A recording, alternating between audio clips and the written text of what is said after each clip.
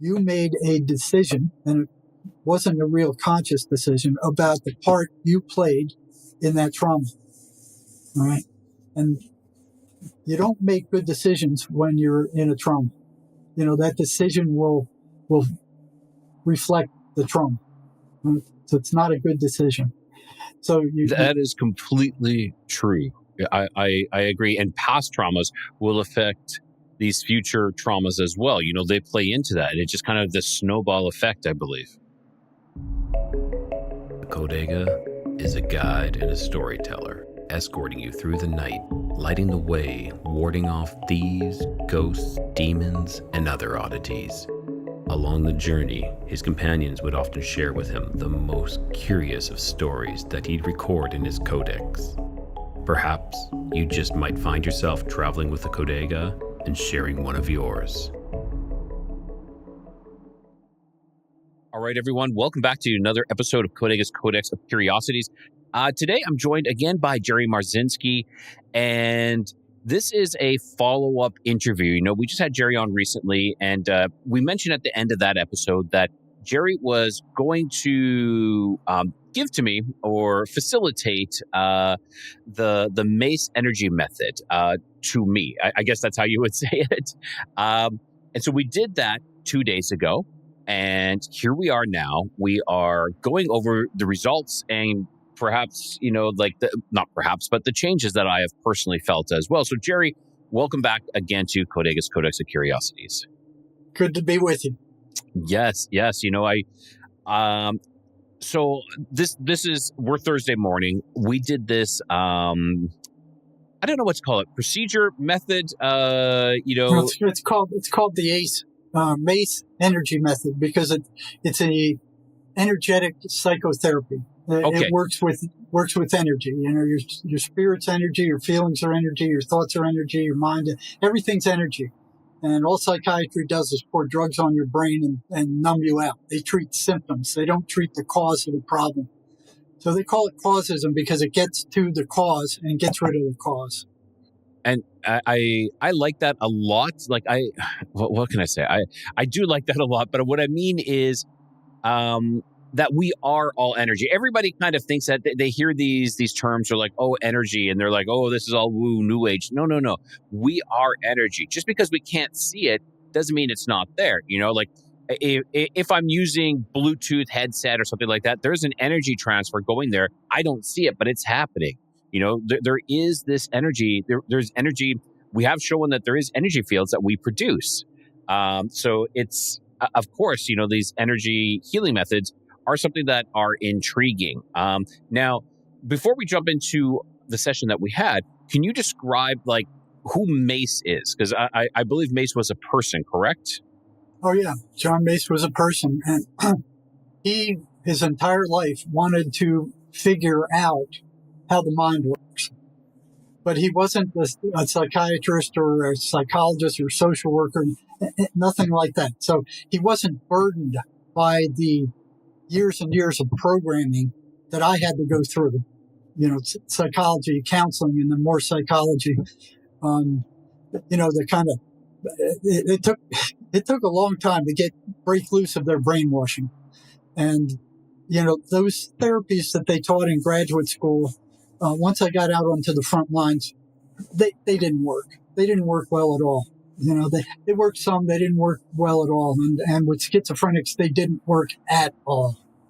Trying to use a traditional psychotherapy with the schizophrenics, like trying to, move a rhino with a BB rifle.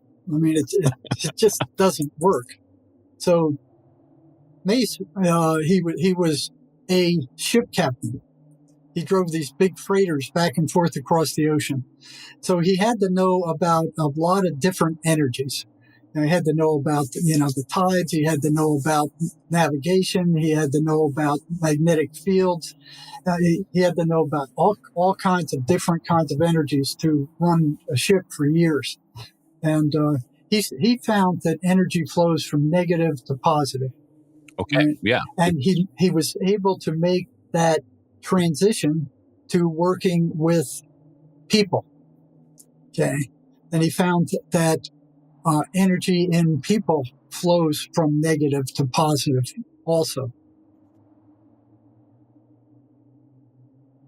So would you say, sorry, with that kind of concept, would the analogy or just like the idiomatic expression, one bad apple spoils the lot, is that a possibility where you have like this negative person who kind of infects? If you're saying this negative energy flows to the positive, is it possibly that this negative person is going to affect so many other people and kind of create this negativity among so many others? Sure. You can feel it. You get around a negative person for long enough and you can feel your energy being drained. Yeah, I agree wholeheartedly with that, and it's when some people say, "Oh, I got a bad feeling in my stomach about this," or about a person, or that person gives me the heebie-jeebies. We can feel that energy 100%. And I guess it's what we do with that scenario, with that situation. Do we stay in that situation and allow that negative to keep affecting us, which happens a lot? People just, they stay with that negative feeling, that negative person, or that negative area, and it affects us. Like you're saying, if this negative does go to the positive, it's infecting us. Yes, it is. So, Mace did something with that energy flow. So we're spiritual beings. Our minds are energy, our thoughts are energy, our feelings are energy. And when you die, that energy leaves. Okay. And the spirit that powers this vehicle goes with it. That's essentially what we are. We are the body is a vehicle. I know it sounds kind of, we're putting it like that, but it is, like I've talked to people who've worked, I'll say like in the morgue. I don't want to say that they worked in the morgue, but along that lines. And they said that it's, when a person dies and you dealt with the body, it's completely different. It is just like this empty vessel. There's nothing to it, and when you in reference to, let's say someone's in a coma in comparison to someone dead, there is a difference. Even if the person is kind of in this lifeless state, there's still life in them. But when a person dies, this energy leaves them, and it's clearly detectable. It's when that has happened. That reminds me of a episode I had when I was working at this giant psychiatric hospital in Georgia, Central State Hospital, massive. And it was so big they had their own morgue. And I had never seen a dead person. And the morgue was right next to the psychiatric rehab center where I was working. And I ran into the mortician one day. I was curious. I'd used on the way to lunch, I'd walk by the morgue, and I'd kind of look in the windows and see what I could see. We have that curiosity. That curiosity, yeah. It's like, what's he doing in there? And all I could see were these bottles and these strange machines and stuff. And what happened was there was limited parking space there, and the maintenance men from the psychiatric unit that I was working in would steal the mortician's parking spaces, which made things difficult for him, because he had to be moving bodies and stuff, and he had to do it by himself. So he was getting more and more furious. And one day I watched this. I was up on the hill over the parking space on my way to the cafeteria, and here comes a maintenance man and the mortician. There's one parking space left, and the maintenance man pulled in there just a second before the mortician, and the mortician went ballistic. He started screaming at the guy. The guy got out of his truck and just ignored the mortician. The mortician got out and he started screaming at the guy, "Move that vehicle now!" And the maintenance man just ignored him. So the mortician backed up his truck, floored it, and smashed into the back of the state vehicle. So they're both state vehicles. Yeah. And here's pieces of tail light and broken glass flying all over the parking lot. And the maintenance man stood there stuck. He was frozen, just totally frozen, like he couldn't believe what was happening. The maintenance man backed up again and yelled out his window, "Now move it now!" And the maintenance man just kind of started turning around and walk away. So the maintenance man floored it Or you mean again. the mortician floored The it. mortician. Yeah, he floored it again and smashed into the back of the guy's truck a second time, destroying both vehicles. And then he backed up one more time and ordered the maintenance man to move it. The maintenance man went, well, I better do it. This guy's a nut, So Yeah, he moves the car out, and then the maintenance man pulls back in. But Central State at that point, it was in the middle of nowhere, and they weren't going to find another mortician to work there. So I don't know what they did to him, but he didn't get fired. So one day I'm on the way to the kitchen after viewing this, maybe a couple of weeks later, and I'm looking in his window, and then, as I'm walking by the morgue, he pops out of the door, and he's kind of looking at me, and I'm like stunned. Yeah, you're God, opposite. Yeah, I'm like, yeah. And how is he going to react? Because I just seen this reaction earlier. Yes. No, because he doesn't know I saw that, and so I was kind of stunned because I was like, what am I facing here? And I told him, hey, I was on the Hill the other day and I watched the whole thing with the maintenance man. I saw him cut you off, and it took your last parking space. I said, you're my hero. So then we started kind of like a nice conversation, and I said, what are you doing there? He goes, well, I bomb people and kind of stuff. And I said, I've never seen a dead person.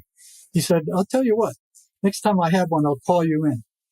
I said, okay, I'll give you my number to my office. I did. And about a week later, he goes, I got somebody down here now. Come on over. I'll show you what I do. So I went over, and I was a little leery because I'd never seen a dead man in my entire life. It was like, I walk in there, and it looks like Frankenstein's laboratory. I mean, there's these strange glass bottles and this weird equipment all over the place, and stuff I've never seen before. It just looked like Frankenstein's laboratory. And we walk into the embalming room, and here's this little skinny dead guy.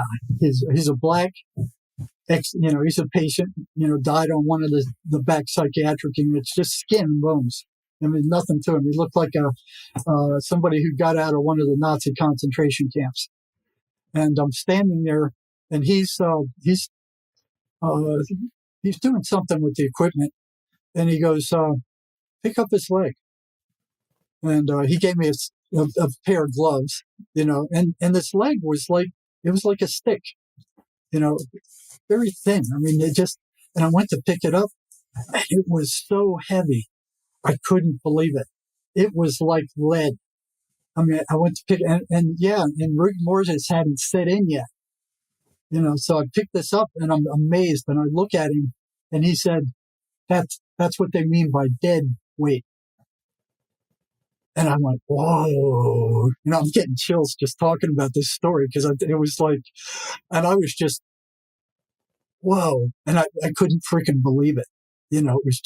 It was heavy, really heavy, and I couldn't believe it because it was just this little stick of a leg. I wonder if our spirit, they say our spirit lifts us up. Perhaps that means makes us lighter as well. I think so, because I've never experienced, I haven't, that's the first and only time I've ever touched a dead guy, but boy, it was it stuck in my memory. Yeah, of course. Those things do. Not that I've ever seen a dead person up close, but I did have a occasion when I came upon an accident, and there was a young woman who was in the process of dying, and I was helping her friend in this car accident, and it was that, like, when you say something sticks in your mind, that for me is something that still to this day sticks in my mind. This is the death throes, they call it sometimes, of this other woman. And yeah, I didn't know what was happening at that time, but I was told later in the evening what had happened, and I was like, oh, you put that two and two together, and it to this day, it still sticks with me. That happened like over 20 years ago. And I'm sure that happened a while ago for you as well. And it just, like you said, it just sticks in your mind. You know, death itself is something that just doesn't, or dead bodies just don't leave you. That remains. So that was somebody that had no energy. There was no energy in that body. So I think it's like you said, the spirit kind of lifts you up. So what Mace discovered, and this is after a lifetime of work, is how to connect the spirit to this negative energy. So the spirit will take it and drain it. Okay. And when it's, like I explained to you when we were doing your session, it's like when you get a car battery, you can have it fully charged. And if you let it go completely dead, that thing is a boat anchor. You can't charge it up again. That energy is gone. So Mace does the same kind of thing with trauma, which is a negative energy that the ego takes and throws into your subconscious mind, so you don't have to have it in your face all the time. All right. So I think what I'll do is just let you tell your story, because we gave you a Mace session. Yes, we did. And you had your own trauma, and I'll let you go from there. After what was your experience? Okay, so the session itself, we took a bit of time. We were back and forth for almost an hour and a half, maybe closer to 2 hours, kind of thing. Is what we, and it wasn't just the whole session. We were talking as well, but it was, what it really did, I felt, was first it was kind of like the separation. We kind of gave this negative energy, or this entity of sorts, we'll call it, this external entity. I really want to say that, because that's what I felt the focus was. One of the focus was like to externalize, like to move it away. It's not you. It's not you, because you are the viewer viewing what this negative entity is. We So you were dealing with a specific trauma, and what we call, what you went through was a negative identity. It wasn't an entity. An entity is it's another okay, yes, magnitude. Let's not. I don't want to confuse things. So thank you for clarifying that, Jerry. Yeah. So it's a negative identity. And I'll explain all the technical stuff. Just go ahead and explain how your experience of it. Okay. And I'll explain the technical behind it later. After so do you want to explain like the process that we went through, or do you want to explain how it felt? Just your experience from start to finish. Okay, so we sat down and we did this session, and it was I felt it was hard, first of all, to get into it, because it felt like it was like I put this protective shell around the event that had happened, and I think this identity arose from that, and this identity just slowly collected all these negative emotions, and I would say it's like a collector. It just keeps growing and growing and growing, and you're putting all these emotions into it. Like, how did it make you feel? What was this? And so it took a while, and I felt that sometimes it was difficult, because again, that's that scenario that happened. And when I try to think about it now, which is strange, when I'm thinking about this event that happened, it seems far off in distance. Not so, there's no hurt to it anymore. I feel that, and I'm going to get a little bit religious here, but I feel that God was there always with me, but I just never saw it. I saw this because there was when this event occurred, I was within a dark trailer, and I was leaving that dark trailer and going outside, and there was this bright white light outside, which was the morning. Now, that morning light still sticks with me. That is the only memory that I really hold dear about this whole event, was this white, this white light after it. But after this, I'm talking about this one specific trauma. After we did this session and we sat there, I looked at this identity separately, and you made a point of saying, that's not you. You are watching this identity. This identity is not you, is now separate from you. And as it shrunk away, I feel like it disappearing, like these emotions and these the way that I felt about the whole scenario was disappearing as well. Now, that day after this session, I felt like a lot of times lately, I've been feeling like I've been in the back seat when I'm doing, especially mundane tasks. I feel like I'm in the back seat, and I don't feel like I'm in full control sometimes. I feel like it's much easier to put my body into cruise control and just ride along for this trip. But, like I was saying, mundane tasks, walking to the store and just not being there, not being present. And I felt like I'm a lot more present now. And it's only been 2 days, but that was something I noticed. I also had a physical reaction as well, where I don't get headaches that often anymore. And I had a headache. I had some stomach problems as well. And like, I know our solar plexus really hold the fear. And it feels like there was not only an emotional release, but also a physical release as well, with that. So which was interesting. I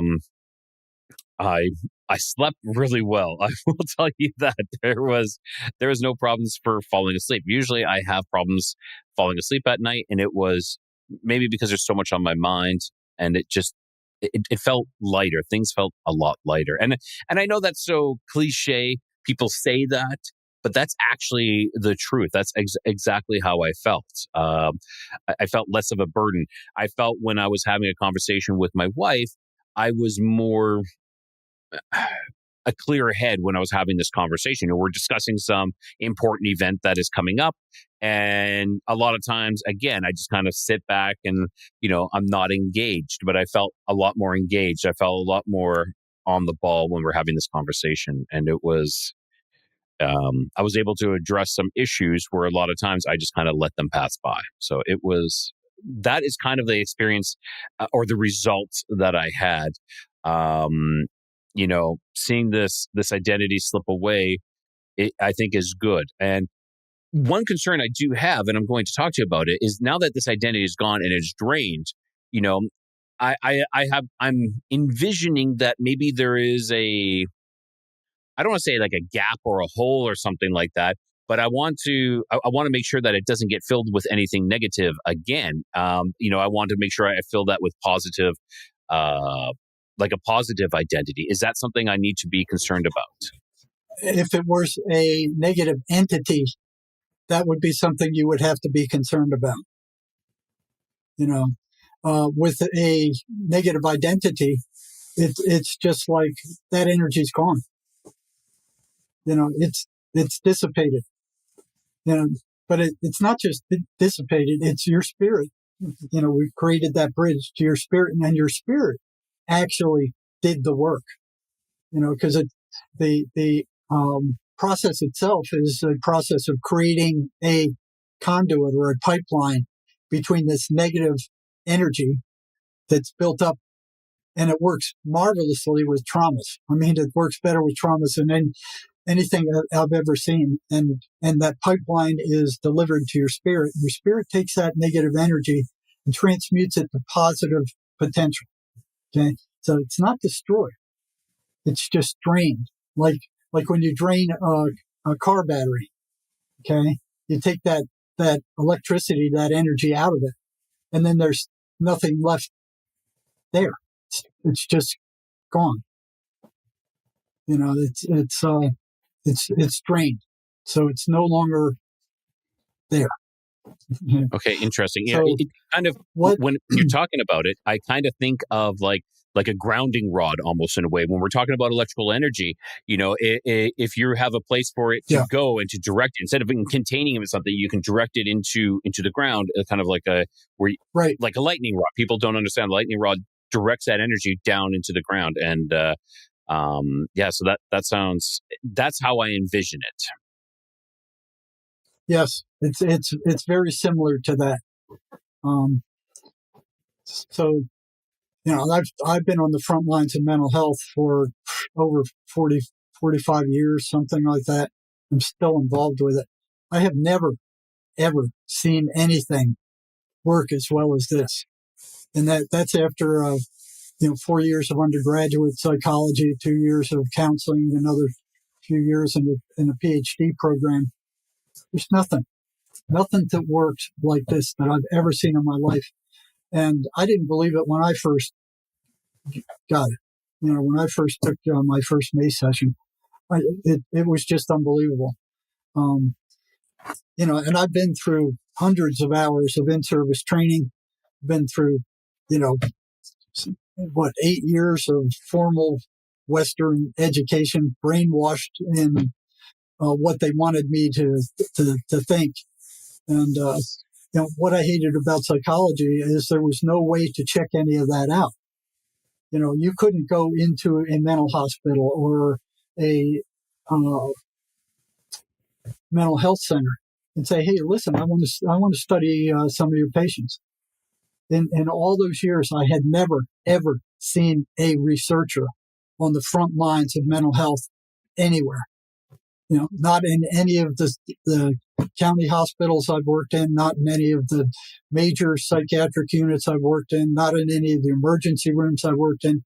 There was never a researcher on the front lines, ever. They wouldn't let them in. They'd make some kind of excuse. Oh, well, it's too dangerous, or we can't take the risk, or, we got, confidential stuff we got to worry about. In the prison, it was easy for them to say, well, we can't let you in to work with these criminally insane people, for all kinds of reasons. We don't have the staff to monitor you, all this stuff. You won't get in there. No researcher will get in there. Okay? Yeah, it really seems that they have things locked up. And I'm not just talking in psychology or anything like that. I'm talking about the whole medical field in itself. Whenever you start to question the status quo or try to bring in something different, there's always an excuse, always something else where they try to divert it. It's not safe. We don't want to endanger the patient, but what they're doing already is already endangering the patients, and we need to find an alternative, but they're not willing to step out and to try anything like that. Well, there's a group of us. Their success with schizophrenics is about zero. I mean, the drugs that they give these people have horrible, horrible side effects. And here's just a few from antidepressants: is nausea, weight gain, trouble sleeping, dry mouth, blurred vision, dizziness, anxiety, headache, diarrhea or constipation, sexual problems, fatigue, tremors, increased swelling, lower alcohol tolerance, bleeding, lower sodium levels, vomiting, restlessness, muscle cramps, and seizures. This is just for antidepressants. Antipsychotics are much worse. All right, they don't cure anything. None of these psychiatric drugs cure anything. They're just treating symptoms. So what they're doing is they're just pouring these drugs on your brain. They're not getting to the problems. They're not getting to the pain. They're not getting to the trauma. They're not getting to the shock, to the main problem there. And they're not going to. They're just pouring drugs on your brain. They're treating symptoms, right? They know that. So the medical system was taken over in 1910 by the Carnegie Foundation and the Rockefellers. Okay, they sponsored and something called the Flexner Report, which shut down any medical school teaching subjects other than mainstream pharmacology. The edict was so powerful that only a few medical schools survived, such as Johns Hopkins and McGill, and a handful of others connected with these groups. They were the only schools who could legally license doctors. So they paid off the Congress to make a law that any other kind of treatment other than pharmacological, treatment that involved pills, that they were producing would be illegal. So naturopathy, acupuncture, the Tesla violet ray, all these other alternative therapies were illegal. Right? So they took over the medical system at that time. Anybody using any other alternative method would have been called a quack. Yeah, and the crazy thing is, like the pharmacology comes from, it comes from the Greek word pharmakia, which is Right. the practice of the druggist or the use of drugs. Which also it had a dual meaning of drug or poison. So let's not forget that, because these side effects that you label, I don't like that, and I'm really starting to realize this. I don't like the term side effect. It's toxicity. Toxicity. This is poison. These are the poisoning results. So when you take any medication and it has side effects, that is because it is poisoning you, and these are, the results of this poisoning. Well, and that's particularly noticeable in psychiatry's antipsychotic drugs. So what happened is they started doing autopsies of long-term psychiatric patients. All right. And I saw this when I was working at this huge psychiatric hospital. They developed something we called the Thorazine shuffle. They could no longer walk with a normal gait. They kind of slid their feet along. So what they found is that with long-term use, these antipsychotic drugs were causing permanent neurological damage. Now, that's something that the psychiatrists never tell their patients. I've been working alongside psychiatrists for decades. I've never, ever seen them point out the nasty side effects of these drugs. The akinesia, the shaking, the neurological damage. And it's permanent. It's permanent neurological damage. So when they started doing autopsies on these long-term psychiatric patients, they found that their brains were shrunk like walnuts, and there was a big hole in the middle. And they went, oh, that's just the schizophrenia. When the researchers, and see what they do, if those researchers had any tie to the university's funding, that funding would be cut. They would not allow that kind of research out. So they control what the universities are teaching, right? And, they got just like they're talking about these, the psychotics, their voices are hallucinations. No, they run patterns. They run very distinct, repeatable patterns. They run patterns. They can't be hallucinations. They've never done any research on those voices that schizophrenics are hearing, because they go, well, that's just nonsensical. They're hallucinations because we say so, but they have no backing for it whatsoever other than their arrogance. Their arrogance. I like that comment. I think that is correct. It's this arrogance. And I want everybody to know who's listening that, it's not that I am this all-knowing person who has started this show because I've known all along. No, I've made these mistakes as well. Like when I was younger, I was on an antidepressant. I was on an antidepressant for maybe a couple of months, maybe at most. I wouldn't even say 6 months. I'm not even going to go there. I would say like 3, maybe 4 months. But I realized I had a self-realization that, like, I felt like things were being repressed, pushed down.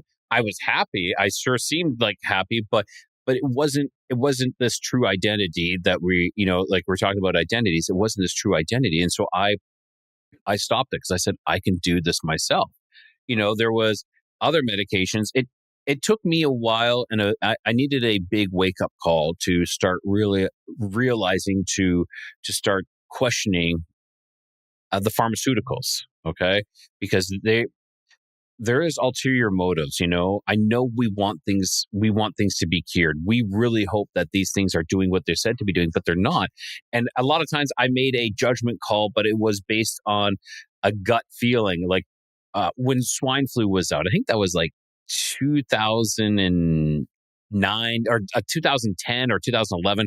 There was a swine flu in Canada that was going through the native communities, the indigenous communities, and they had rushed a vaccine at this time. And this is something I don't know why many people don't talk about. And this was a rushed vaccine again, and a lot of people were standing in line to get it. And myself, I didn't. And it wasn't that I knew best. It was just this gut feeling not to trust it. And then an event occurred where, again, I was kind of in denial, but an event occurred with my daughter where that was it. We're not trusting any more of these pharmaceuticals. And, you know, my wife was adamant about that. And I was kind of kicking and screaming. I was still trying to hold on to this remnants of, no, they're here to help us. They're here to help us. And, you know, then I finally started going down that rabbit hole and realizing that, and I don't want to say rabbit hole, I started realizing the truth, seeing the light, because the rabbit hole is all dark. You know, this is actually about seeing the light and seeing the truth that they're not meant there to help you. It's, you know, they're selling you a lie is what I would say. They're making close to $11 billion, not million, $11 billion a year selling antipsychotic drugs. Nobody's getting any better. You know, they're just treating symptoms. So we got more psychiatrists, we got more psychologists, and more psychiatric drugs on the planet right now than in the history of mankind, and the population is getting worse and more mentally ill. Right now in the United States, almost 50,000 people a year are killing themselves. 50,000. That's as many as died in Vietnam. You know, between 2000 and 2018, the suicide rates increased 37%. Now, this 50,000 is a small number compared to the number who attempt suicide, right? These right. drugs are not curing anything. They're not curing anything. So between 1999 and 2019, the suicide rate in the U.S. increased 33%. Despite the massive increase in antipsychotic drugs. An estimated 24 veterans are killing themselves every day. Mace could stop that. They could put an end to that. And I approached one of the higher ups at the VA hospital and told him about that. He didn't want to hear anything about it. You know, you think that at this point in time, if there's 24 veterans killing themselves a day, that is intense. That is scary. You know, that is extremely sad too. You think if someone approached me and they're like, "Hey, I have this. I want to try this. It's, you know, we're not using any medicine. We're not using any, antipsychotic drugs or anything like that. And this has the potential to help people." Why wouldn't they? Why wouldn't they? They're stuck on, they're brainwashed. Yeah, they're brainwashed by the universities. And they're also, some of them are scared as well, because that means they have to put their neck out. And this is an issue, is that people are scared to put their reputation on the line, which is ego. And they're afraid to put their reputation on the line.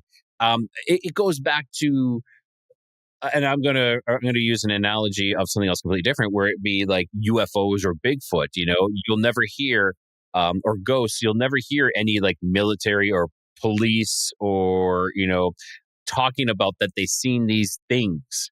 They won't talk about it because that puts their reputation on the line. As soon as they're done with their career, though, a lot of them come out at that point. But it's kind of, we need you to step up. In this scenario, which I think is so much more important than saying, "Oh, I saw a UFO." This is so much more important as saying, "No, let's try this. Let's try to save some lives. You know, let's try to actually cure people instead of just drugging them." Yeah, well, the psychiatric mafia has been deceptive on a number of different levels. And one of those are their diagnostic and statistical manual of mental disorders. Okay. You look at this thing and it looks like an amazing work of some brilliant scientist. I mean, they have all these psychiatric diagnoses. It's listed, the subcategories, the aspects of them, the traits of them. And here's this big whole, big Bible full of all these psychiatric diagnoses. And when I was in graduate school, they were making us virtually memorize this thing. It turned out that this thing is completely made up. It's completely made up. There's not one objective test to substantiate even one of the close to 300 diagnoses they have in that psychiatric manual right now. Not one single test. None. No X-ray, no lab test, no EEG, no EKG, none. These things are just categories of behavior, and they're very slippery. One bleeds into the other. If you put 10 psychiatrists in the same room and you give them a fairly complex diagnosis, they're going to come up with several different diagnoses. And I've watched psychiatry, I've been sitting in the office with them when I brought in one of my patients. They go, oh, what's going on with you? Well, this is what's, oh yeah, okay, we'll start with this drug. So what they say is mental illness is due to a chemical imbalance in the brain. Okay. That's been completely, disproved over and over. And you look at if it's a chemical imbalance in the brain, when you go into the psychiatrist, how many of you you believe it's a chemical imbalance? You go into the psychiatrist, does he ever give you a test to determine what the baseline is? Which chemicals are out of balance in the brain and by how much? No, because they don't exist. This is a subjective thing on the part of the psychiatrist. He just goes, oh, well, we'll start with this medication. If that doesn't work, we'll switch to another. If that doesn't work, we'll increase or decrease the dosage. There's no science to it. Jerry, I believe that you told me that this tagline, this phrase, this chemical imbalance was actually proposed by a drug manufacturer. Yes, and then Eli Lilly. And they just kind of the whole industry just adopted it as this is the this is the law, this is the commandment.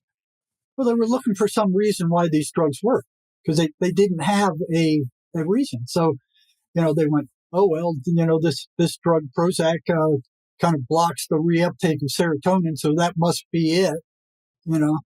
There was no real proof of that. So they just made up.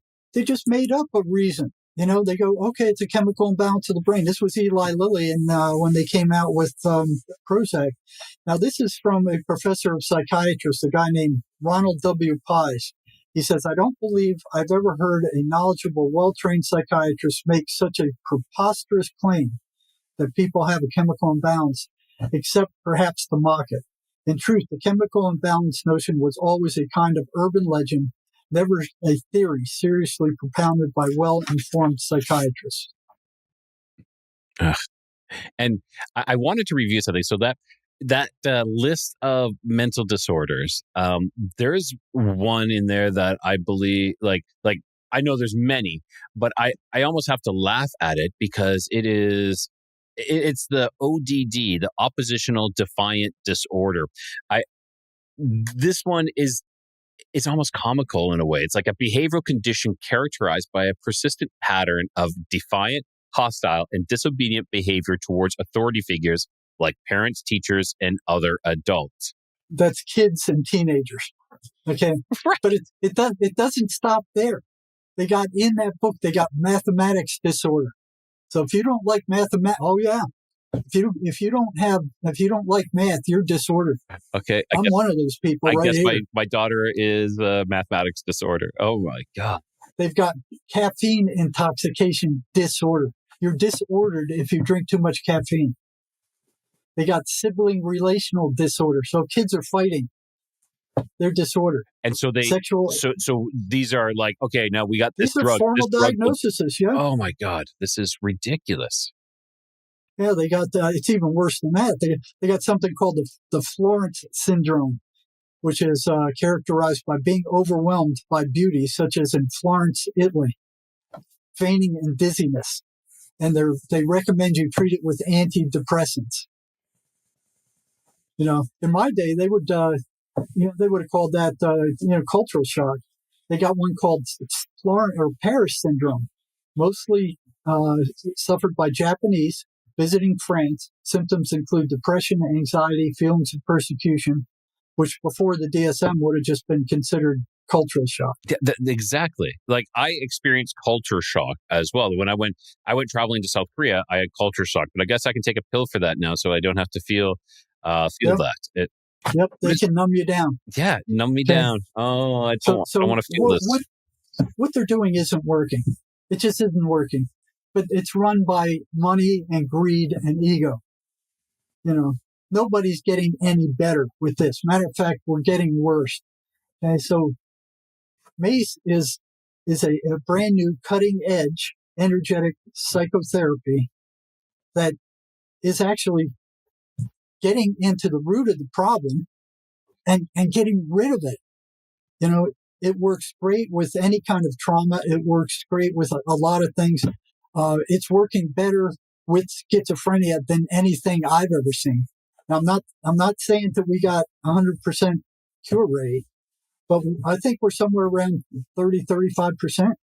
But the voice is gone. They're gone. Hey, that's verifiable. That is huge. That is huge. If you are able to reduce that amount and keep it away, that's the key thing. Is for it's gone. It's gone.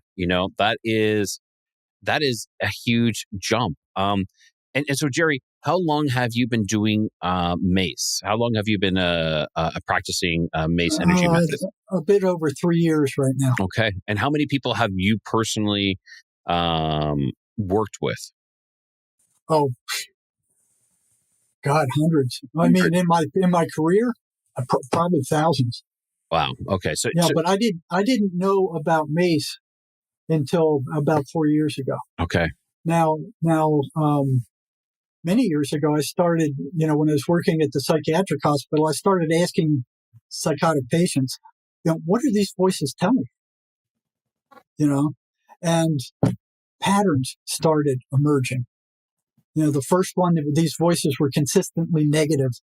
They never said anything positive. It was always you're ugly, you're stupid, nobody likes you, your parents hate you, you're nothing, you're worthless. You're worthless is one of the big ones. Okay. And it was just, nothing positive. So it's like, why, if it's a hallucination, why isn't it random like all other hallucinations? You can't predict what a hallucination is going to do, but you can predict that these voices are going to be consistently negative. Second thing is they're consistently anti-religious. They don't want anything to do with religion, preachers, the Bible, the 23rd Psalm. One patient came into my office one day and said, "Hey, last night the voices were bothering me and I prayed the 23rd Psalm." He said they reacted like worms thrown on a hot frying pan. Why would a hallucination do that? I started handing out the 23rd Psalm to other patients who were hearing voices. They got a similar reaction. The voices hated the 23rd Psalm. They hated the Bible. They hated going to church. The other thing is they're parasites. They're actually draining the energy of these people. So these are energetic entities. Again, we're speaking about energy. Yes. Yeah, I think that's very important. I think it's very important to address this. These entities are draining. Yeah, it's kind of it's very interesting. Yeah, these entities are, and I know the word is loosh is an energy they also drain from us as well. And I said that word itself, I'm not a fan of that word. I understand the process. I understand it, what's happening. But yeah, these entities are something that we need to deal with. They are there. If we look at there is in the Catholic religion, there is exorcisms. It is because there's these entities. How many thousands or millions, hundreds of millions have watched shows like The Exorcist, and we all like to watch it. And it's like, well, this is loosely based on events. No, that's real. What is that telling you? That these things are real, and people are consuming this. They're like, oh yeah, look at this. But then you tell them, oh, schizophrenia is an offshoot of this, more or less. And they're denying that. It's like there Yeah. is Well, much more reality than we care to believe. And they hit everybody. They don't just hit schizophrenics. Yes. You could be walking down the sidewalk and somebody butts in front of you, or in the line of a grocery store, somebody cuts in front of you, or some idiot cuts you off, and all of a sudden it's like, oh, I'm going to kill that guy. Where do you think those thoughts come from? They don't come from you. Nobody's ever found a thought in a person's head. They come from outside. All thoughts come from outside. Your consciousness, your awareness. You're not a physical being. The brain is basically a radio tuner. It tunes into whatever frequency you're dialed into. Schizophrenics are dialed into a very low frequency. So they hit us all. In schizophrenics, what they do is they will put thoughts into the schizophrenic's thought stream. Okay. And nobody ever asks where thoughts come from. Psychology, psychiatry, they don't ask. Because they don't have any way to prove anything. So they just don't even go there. But what these things do is they put thoughts into our minds to do bad stuff. And I've had, I don't know how many prisoners I had that would ask them, hey, who are you? What are you? And the voices would respond, we are you. They want you to believe that those thoughts that you hear belong to you. Okay. And they don't. Yeah. And what psychiatry does is when somebody's schizophrenic, they say, well, this is a life sentence. The only thing you could do is take these toxic drugs for the rest of your life. That's bullcrap. It's a lie. It's another lie among the many that they've already put out. I agree wholeheartedly, Jerry. They're just drugging the brain. They're dumbing down symptoms, and the people who get these drugs just feel like hollowed out logs. I mean, they're just, the ups and the downs are gone. Like they're attenuated. You can't think straight. You feel like a zombie. And a lot of times they'll lie to the psychiatrist. When the psychiatrist, I saw this over and over, when the psychiatrist asks them, how are you doing? They won't say, oh, I'm hearing voices. They won't tell them because they don't want to be drugged more. Right? And these drugs, though, they do dull the symptoms, right? So people probably believe dulling the symptoms is curing, but it's not. It's just you're hiding. You're hiding the symptoms, and they're being dulled, but you're not curing. That isn't a cure. It's not. So all my years on the front lines of mental health, I mean, I haven't saw anything that works really well until I ran into Mace. Okay, it's a totally different concept. It's outside of mainstream psychiatry and psychology. I mean, it's like you're on another planet. Problem is, it works. Right? Yes. Now, yes. The Mace people took it to a university in Australia and showed the university's professors how well it worked. They saw it for themselves, and they asked the university, "Would you like to teach this?" And they go, "You give us the patent for it, and we'll teach it." They went, "No." They took it up to the Australian legislature, showed the legislators how well it worked. They said, this ought to be in all the mental health centers. They ignored it. They do not want this system out. Because in my opinion, it could replace probably 75% of what psychiatry does. Now, believe me, I've worked at the psych wards long enough to know that, those meds have a place. They definitely have a place. Some of these guys are so psychotic and so dangerous that the only way you can treat them is with these drugs. And I've seen those guys. Could you do it in a combination? Is that possibility to do it in a combination with you? That's how it should be done. And there are some people that I couldn't reach at all if they weren't on those drugs. One lady from Serbia I was working with yesterday, she was on those antipsychotic drugs, and they had tamped down the voices so they didn't have as much control. They were still there, but she had gone off her drugs and they flared up, and she ended up being hospitalized for 3 months. All right. So yesterday, we got rid of the voices. Now, this is one of maybe the 30%. I'm not saying we have a big cure rate right now. We're looking for better ways to 30% administer this system. Like, people don't understand. 30% is 30% that are gone. That you can take off. It's not like 30% were failing. No, it's 30% that are removed that are cured. This isn't a failure. This is we're having success, and 30% is great. Yeah, and we're trying to get get testimonials from these people. But when we went after them, her head cleared, and she said, the silence is deafening. She hadn't heard mental silence for decades, and she's sitting there like listening for the voices, and they aren't there. So there are other ways to deal with this. And this one was a combination. Had she not been on those drugs, because the voices did kick up at one point, but there's ways to temporarily get rid of them. They are energetic. There are ways to get rid of them temporarily. Right? So it implied those, got rid of those guys, and then I was able to run Mace. But without those meds, I would not have been able to run a Mace program on her. Okay. So Mace is no drugs involved. It's an energetic psychotherapy. It works wonderful for trauma, and all kinds of trauma, PTSD, all that kind of stuff. It works great for relationships. It's almost like magic, right?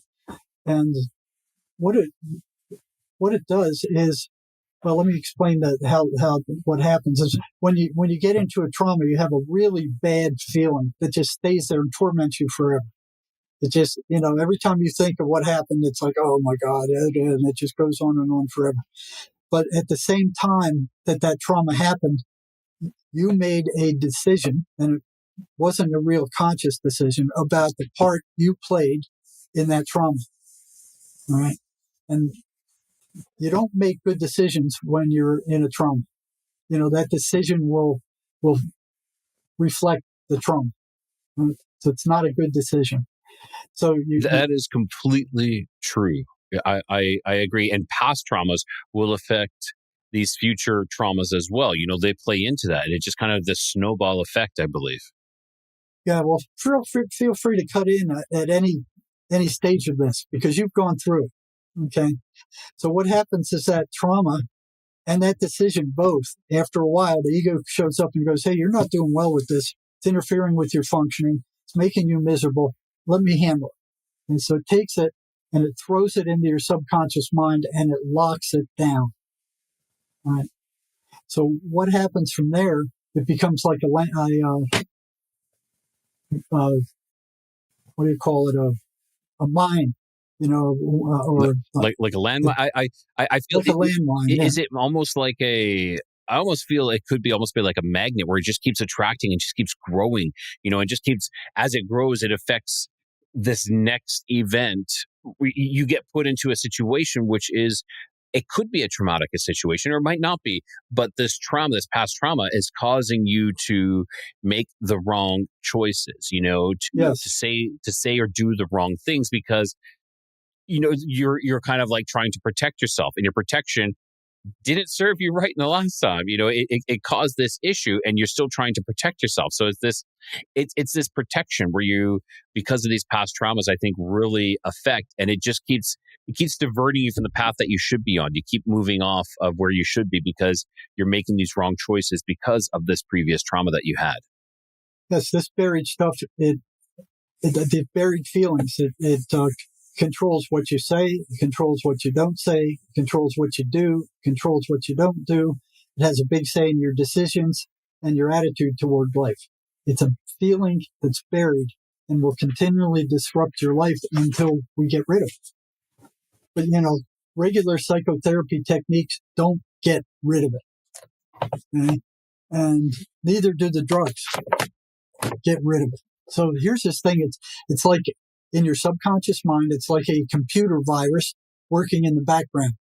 but you can call it a mind virus. Okay, so it's in the back of your mind, and it's when somebody shows up in your psychological field who is similar to the person who traumatized you, that thing goes off. It's like a landmine. It goes boom. Either attack that guy or run from that guy or avoid that guy. And every time that thing is set off, it gets stronger and stronger and stronger, like you were saying, until you believe, well, that's just who I am, because every time this situation happens, this is how I react. Okay. And that thing ain't coming out of there voluntarily. Okay. So it's trying to protect you from feeling that trauma over and over and over again. Okay? But when somebody close enough to the personality who triggered that trauma shows up in your psychological field, that thing goes off. Right?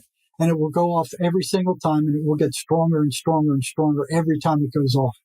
And I almost feel that we're presented with this same situation, the same person that keeps affecting us, so that we can not so that we can actually succeed. We're being faced with this challenge, but instead, though, this trauma keeps growing and we keep succumbing to it. But we're presented with this so that we can actually pass that test, so to speak, or pass that challenge, so to speak, and succeed over it. But unfortunately, a lot of us allow the trauma to take control, to be in the driver's seat, to protect ourselves. They're not aware. Once it gets into the subconscious mind, they're not aware. Now, there is a way to track that back. It's like you look at this guy out there and you go, what is it in him that I have in me that I don't like about myself? It's a hard way to do it, but there is a way to do it that way, but nobody ever thinks about that. Okay. So that trauma just kind of festers in your subconscious mind, and it goes off every time that kind of person comes around. Right. So what Mace does, that's negative energy, and it's a pool of negative energy. It's got its own life. It's not dead. Just because it's buried in the subconscious, it's not dead. It's still affecting you. So Mace constructs, like we were talking about earlier, a conduit that connects that negative energy with your spirit. That's a positive energy. Now, you won't see that in the Mace operation. I mean, when you're going through a Mace program, you won't see that, but that's what's happening. It's actually your spirit that is draining that negative energy, because, like Mace said, energy travels from negative to positive, and your spirit is positive. So it takes your spirit takes it and transfers it into positive potential. So once that stuff's gone, you feel lighter, you feel clearer. This trauma doesn't bother you anymore because it no longer has any energy to it. You'll still remember it. And you'll still know when somebody comes around that was like that person who traumatized you. You'll still go, yeah, I know what that guy's like, and you just steer clear of him. But the energy that drives that loosh, it's gone. Fantastic. Yes. And which is something that's exciting for me too, because I'm looking forward to not being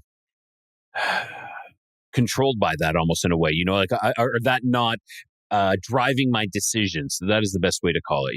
That like you said, that mind virus affecting my way of thinking as well. I really need a clear head.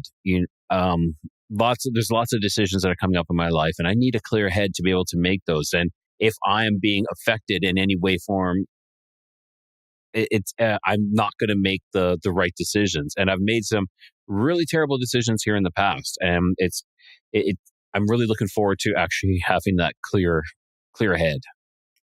So how did you feel before your session? How did you feel afterwards? I would say that I was I was scared. I was nervous. I was apprehensive. I know there was a bit of a miscommunication in our time that we were going to do this, and deep down, there was this relief, like, okay, good. I can avoid this. And that's been the biggest problem, is this avoidance. Always this avoidance. That is one of the biggest things I have. Like, okay, well, I tried, that was the thing. And then you message me and you're like, oh, I put this time on and I misread it. I'm like, oh, okay. And so then again, this anxiety came up again. I'm like, okay, here we go. So it was very, like I said, there was kind of like this brain fog, anxiety, fear, wanting to run away and hide. Run away and hide is always a big thing. But after it was like, okay, let's do this. Let's be vulnerable. I think that's what were you feeling during the session? What were you experiencing? During the session, I would say there was like this sadness, almost kind of like it was this sadness for this child who had experienced all these things, but it was also kind of like this letting go. It was kind of like this leaving that baggage behind and just being done with it. Like just kind of like, okay, saying goodbye. I think that was a thing. It was just like, you're not serving me. You're not part of me. This isn't my identity. This isn't who I am. Because that's another thing, is like trying to decipher the true identity of myself. I brought this up that I feel that I had to many times is try to blend in or fit into a group of people, because I never really truly knew my identity. And it's kind of because I'm being plagued by these other identities, these other negative identities. And now it's kind of like, no, I feel more confident. I'm more confident of myself, of who I am. And how many years were you dealing with that garbage before we got rid of it? Oh, geez. I would say 30, 35 years. So 35 Minimum. years you were carrying around that garbage. Oh, yeah. Yeah, I would say it started around that time. Even before then, I would say we're getting closer to 40 years as well of carrying around this garbage. And it's like, it's been growing and, controlling. And I will say this, it's like you use this. I feel that this identity also was like a shell, like a protector. It was protecting the person inside, the vulnerable person inside. But by doing that, that person inside was getting lost. That person inside was not in control anymore. They were lost because this.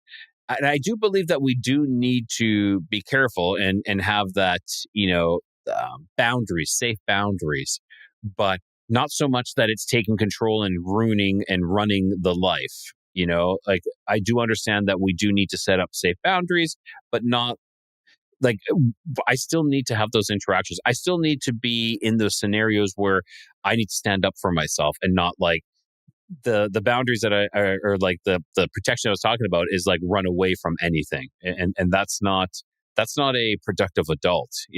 We should have these conversations. We should be able to have discussions. But at this point in time, it was this negative identity that you call it is all about like shutting down and running away. And that is hugely detrimental to any type of relationship you have with anybody, and which is isolating, extremely isolating. Mm-hmm. And have you ever gone to conventional counseling for this? No, I recently I did go to some counseling, but it wasn't it did not benefit me in one way or the other. It wasn't it didn't really feel anything was being happened. It felt like, let's talk about that scenario. Let's talk about that thing. Let's talk about that incident. But there was no solution. It was just like, let's bring it up again. And you brought it up. But now what? Now. Okay. So now when you think about that trauma you went through, how do you feel? Indifferent about it. Like it doesn't feel like it's really like it happened, but it's not like I am stuck in that. It's not like I am stuck in that trauma. The trauma happened. I don't feel stuck in it, if that makes sense. I'm not like focusing on it. It just feels it's part of the memory. There's a memory there, but that's about it. It's not. You'll still remember it. It's not charged. And it's kind of sad in a way, because I work with some of the elderly people that are 65, 70 some years old, and something happened to them when they were 6 or 7 years old. And they made a decision at that time that they were worthless because of this trauma that happened to them. and they've gone their entire lifetime feeling worthless. And in an hour, that was gone. It was gone, you know.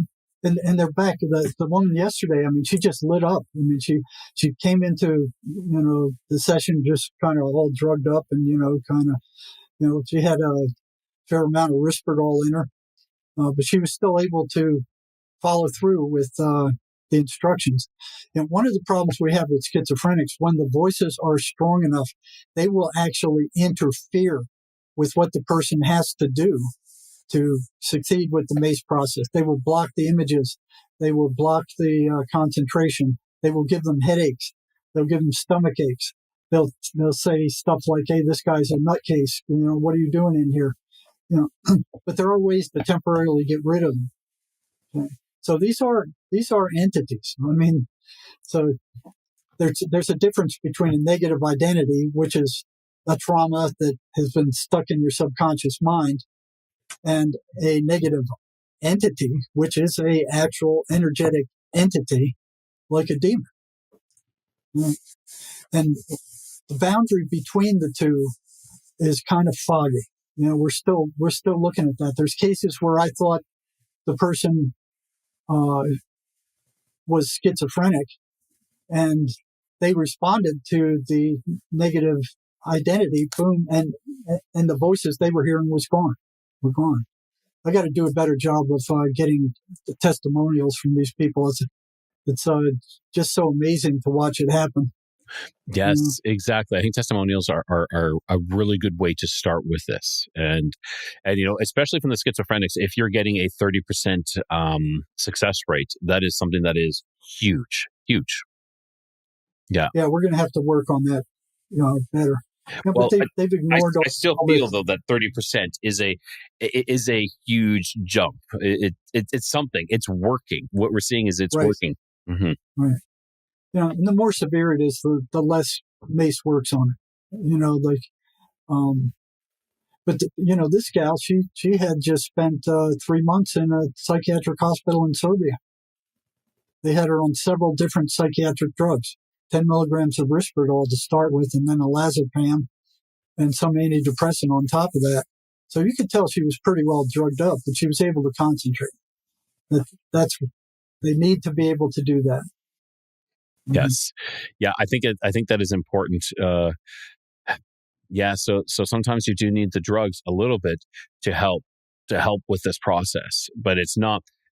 They aren't the solution. They're assisting the solution. No. Is kind of what it is. What you're saying is that they are assisting your solution.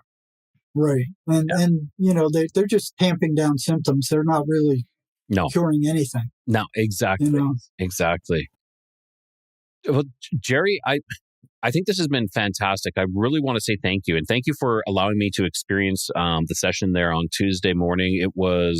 It's something that is still sticking with me. I would say I'm still processing it, because it's not like something like it's something that I'm still dealing with, and processing is the best way to say.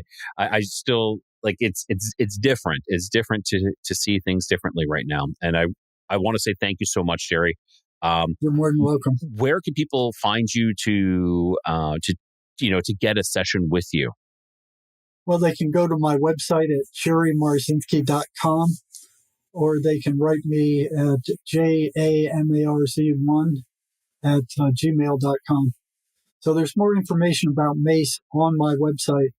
And we have Spanish-speaking Mace therapists also. There's not even 100 of us on the planet right now, but it's growing. So this is something psychiatry doesn't want out, because this could destroy their business. Yeah, or they could change. They could adopt this and change and use the drugs too. Yes, in combination. Use drugs in combination to actually deal with these scenarios. Like there's a way that they can do these things. They don't have to fight it. They can actually allow it to come in, or it doesn't. The Mace energy method is fantastic, and maybe there's another method out there that maybe they can combine as well, and maybe take that 30% to a 60% or something like that, and actually, let's work together. Why is it such a difficult thing to work together? It's because they're so friggin' egotistical. They run around, not all of them. I mean, there's some really decent ones that really cared and were trying to help.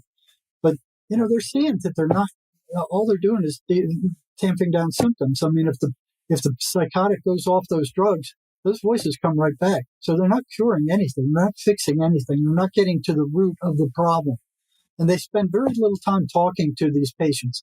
Everything is centered around these drugs. And they get paid off for doing these, try this new drug and let us know. The pharmaceutical industry is behind this 100%. They're like the drug dealers for big pharma. Yeah, that is exactly what it is. I could not agree any more with you on that one, Jerry, that they're the drug pushers for big pharma. And we have to start to realize that they're that isn't our identity.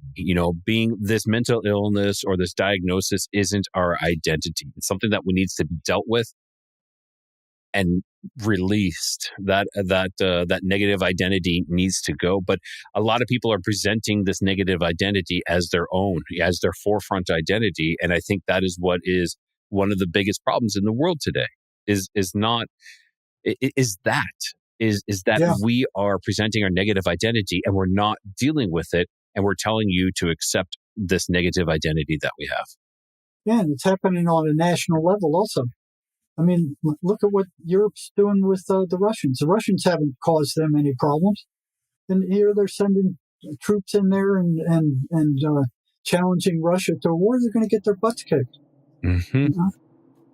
It's all this ego stuff. I mean, it's so once you clear that stuff out, you're getting miles and miles closer to who you really are inside. You can look at it like it cracks all the gunk, all the garbage that has built up over the years and gets rid of it and allows the real you to start emerging. Mm-hmm. Yes.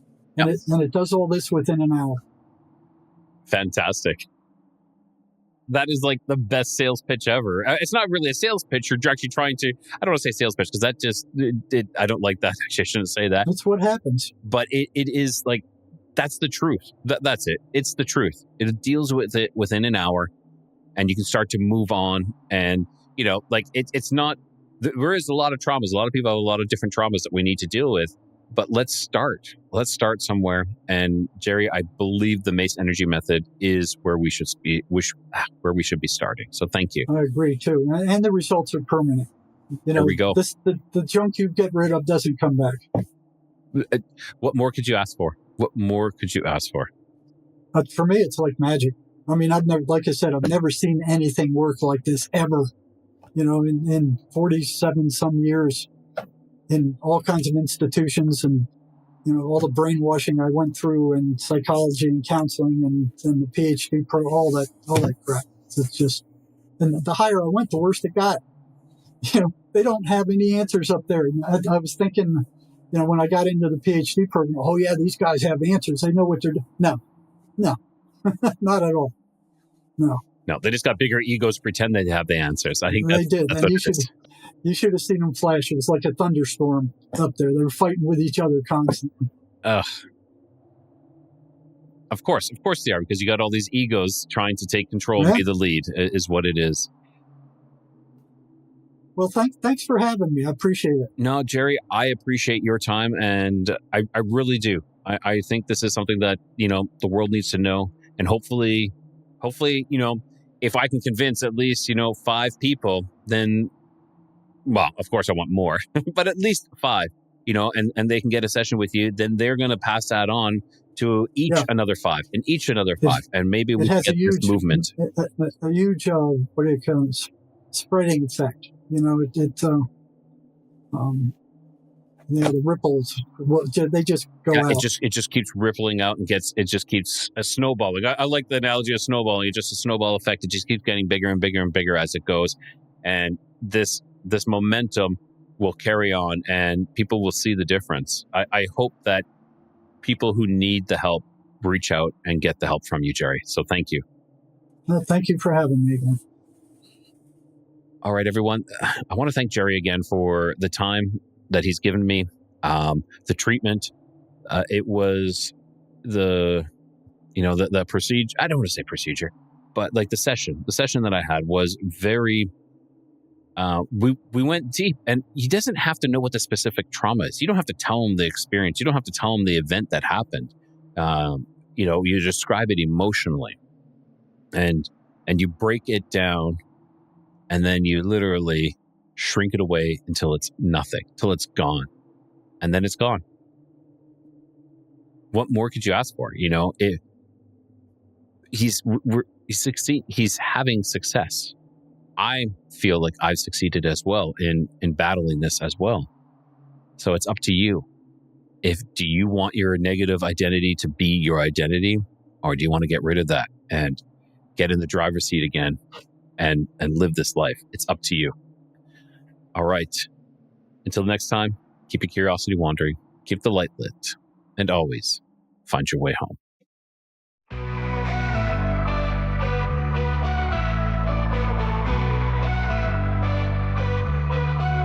Beneath the stars where shadows grow, the Nephilim's echoes whisper low. Bigfoot roams through the forest deep, and Dogman prowls where the brave won't sleep. Across lost history we wonder why, seeking the truth that time tried to hide. Keep your curiosities wandering and the light lit. Through the darkness, don't ever quit. In the codex, the mysteries come, and always find your way back home.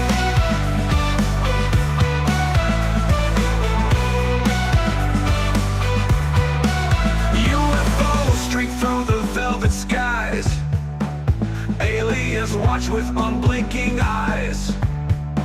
The paranormal hums where silence breaks.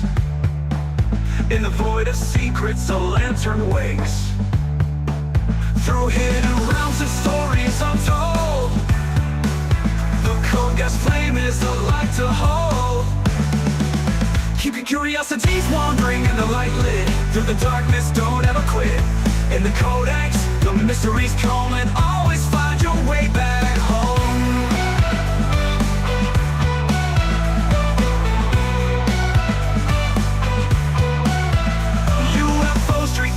Velvet skies, aliens watch with unblinking eyes. The paranormal hums where silence breaks. In the void of secrets, a lantern wakes. Through hidden realms and stories untold, the cold gas flame is a light to hold. Keep your curiosities wandering and the light lit. Through the darkness, don't ever quit. In the codex, the mysteries come, and always find your way back home.